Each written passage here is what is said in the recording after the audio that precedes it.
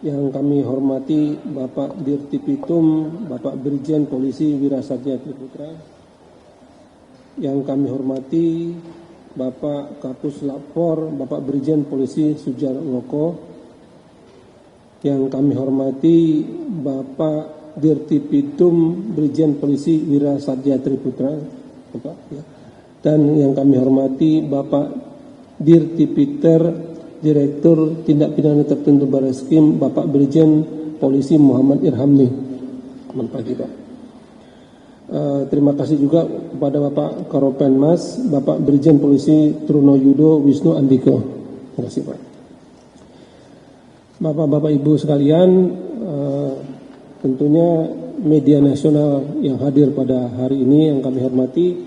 Pertama, kami dari PT PLN Persero menyampaikan permohonan maaf sebesar-besarnya, terutama kepada masyarakat di wilayah daerah Riau, Jambi, Sumatera Barat, Sumatera Utara hingga ke Aceh atas terjadinya gangguan listrik yang terjadi pada hari Jumat yang lalu. Bapak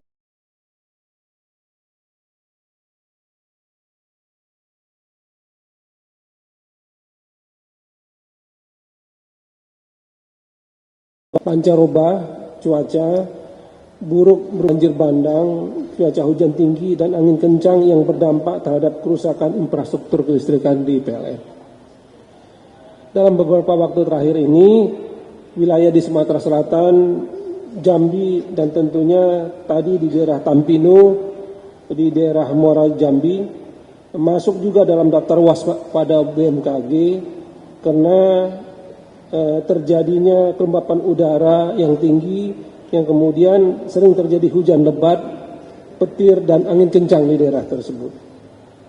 Bapak Ibu sekalian, perlu kami jelaskan bahwa di sistem Sumatera ada dua jalur utama kelistrikan yang membawa energi, yang membawa daya listrik dari jalur selatan, dari daerah selatan yang ada di Palembang dengan Lampung ke utara yang ada di Riau, Jambi, Sumatera Utara, dan Aceh.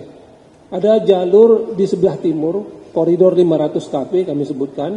Kemudian ada jalur barat 275 kp. Nah, pada hari Jumat tanggal 22 Mei tahun 2026 pukul tepatnya 18.44 WIB terjadi gangguan pada transmisi 275 kV New Aurduri ke arah Sumsel 5, dan ini merupakan inputan menuju jalur 500 kV yang ada di bagian timur. Nah, ini terjadi kemudian kedua sirkuitnya trip sehingga jalur 500 kV keluar dari sistem.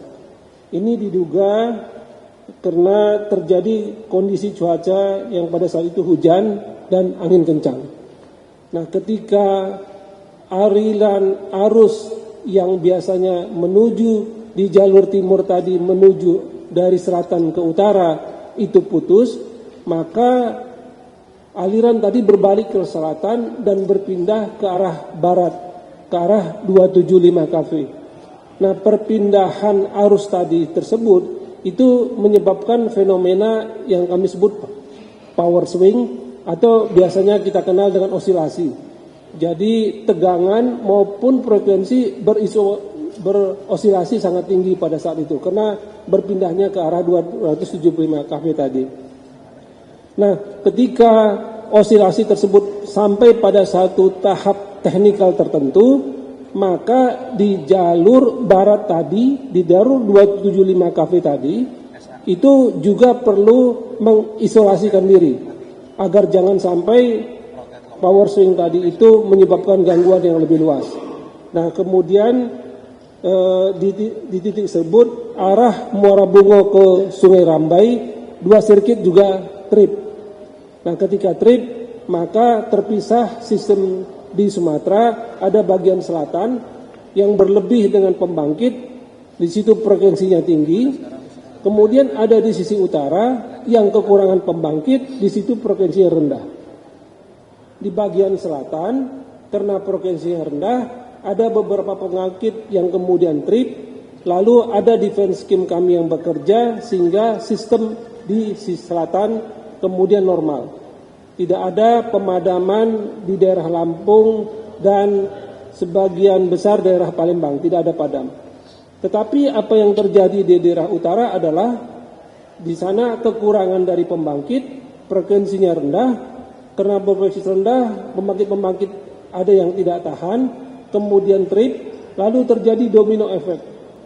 Trip satu, kemudian pembangkit-pembangkit lain frekuensinya semakin turun, kemudian akhirnya pembangkit-pembangkit di bagian utara trip semua, sehingga pelanggan-pelanggan kami di Jambi, di Riau, Sumbar, Sumut, dan Aceh mengalami pemadaman. Kemudian setelah terpisah sistem tadi, maka pada 2 jam pertama para petugas PLN di lapangan melihat ke GI-GI apakah ada gangguan fisik yang terjadi untuk memastikan jangan sampai terjadi seperti yang pernah terjadi di Aceh. Alhamdulillah kemudian aman, bisa sistem transmisinya bisa kami normalkan. Ketika sistem transmisi normal, maka berikutnya kami beralih ke sistem pembangkitan. Pembangkit-pembangkit ada kami bagi dalam 3 bagian besar. Ada pembangkit-pembangkit diesel dan pembangkit-pembangkit gas yang siap untuk black start. Kami masukkan black start, mereka dapat menyala sendiri ya, karena ada bahan bakarnya di situ, menyala sendiri. Dan ini pembangkit-pembangkit ini sepertinya ada di Banda Aceh, ada di Titik Kuning di Medan, ada di Riau, itu bangkit, kemudian menyalakan sebagian kecil demand di sana. Kemudian itu waktu koridornya kurang lebih 3-5 jam. Lalu pembangkit-pembangkit berikutnya adalah pembangkit PLTGU ya, dalam waktu kurang lebih 10-15 jam yang ada di Arun di Banda Aceh, kemudian yang ada di Belawan di Medan, lalu di Riau itu juga menyala dalam waktu 10-15 jam kemudian. Nah, yang lama adalah pembangkit-pembangkit PLTU. Pembangkit-pembangkit PLTU kami yang juga tersebar ada di Sumatera Utara, kemudian ada juga di Sumatera Jambi, Sumatera Selatan, kemudian yang ada di Aceh. Sifatnya pembangkit-pembangkit ini menyalanya 20-30 jam kemudian.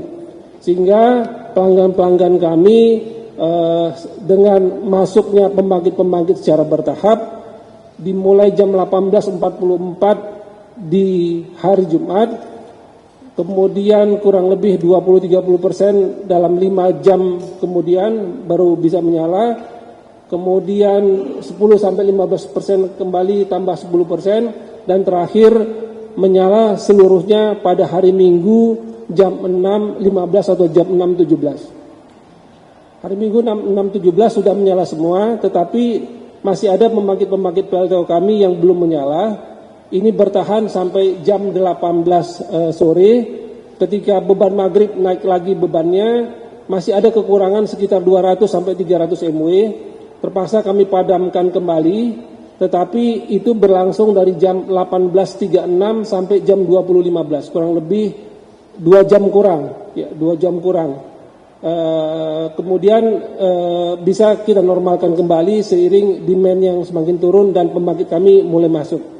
Insya Allah pada hari ini pembangkit-pembangkit besar sudah masuk seperti di Pangkalan Susu dan beberapa tempat lainnya sudah masuk. Insya Allah pada hari ini dan sore ini tidak ada terjadi lagi pemadaman di sistem Sumatera. Sekali lagi kami memohon maaf kepada seluruh masyarakat terutama di Sumatera Utara dan memohon doanya semoga PLN dapat menyalakan listrik dengan aman dan andal sepanjang masa. Mungkin demikian, terima kasih. Assalamualaikum warahmatullahi wabarakatuh. Assalamualaikum warahmatullahi wabarakatuh. Terima kasih. Dan kali ini maka tentunya kami melakukan inspeksi double Pak, ya yang kami lakukan. Jadi ada sambungan tersebut sudah mulai retas atau tidak ya, karena kalau dia mulai tetas akan timbul panas yang berlebih sehingga memungkinkan kami memakai infrared Pak untuk melihat titik tersebut apakah lebih panas dibandingkan dengan sisi kabel yang lainnya. Nah, ketika kami mengetahui itu lebih panas, ada suhu tertentu, kami bandingkan tentunya dengan suhu udara, apakah kenaikannya sekitar 10 derajat atau 15 derajat, ada range-nya. Nah, kalau ada yang tinggi, biasanya kami akan melakukan pemeliharaan khusus ke tempat-tempat tersebut. Seperti itu, Pak Mahamika. Saya rasa terjawab ya. Sesi pertama tadi sama pertanyaannya. Lanjut berikutnya sesi kedua. Saya jawab ya. Jadi sebagaimana tadi saya sudah sampaikan bahwa tim gabungan dari Barreskrim Polri yang terdiri dari Direktorat Tindak Pidana Umum, Tindak Pidana Tipiter dan Puslapor telah melakukan pemeriksaan yang pertama saksi-saksi yang mereka masyarakat yang tinggal di seputaran tempat titik terjadinya putusnya jaringan ini. Tadi di Sutet, di dekat Sutet itu di Desa Gunung. Kemudian yang kedua, tentu kita tadi sampaikan juga kita sudah melaksanakan rapat gabungan beserta dengan teman-teman dari PLN dan kita sudah kumpulkan informasi-informasi yang terkait dengan putusnya kabel atau jaringan atau konduktor ini, sehingga besar kemungkinan kita hanya perlu nanti kepastian dari Pak Kapus Lapor saja bahwa ini terjadi karena faktor alam. Ya, saya kira itu ya, rekan-rekan. Terima kasih.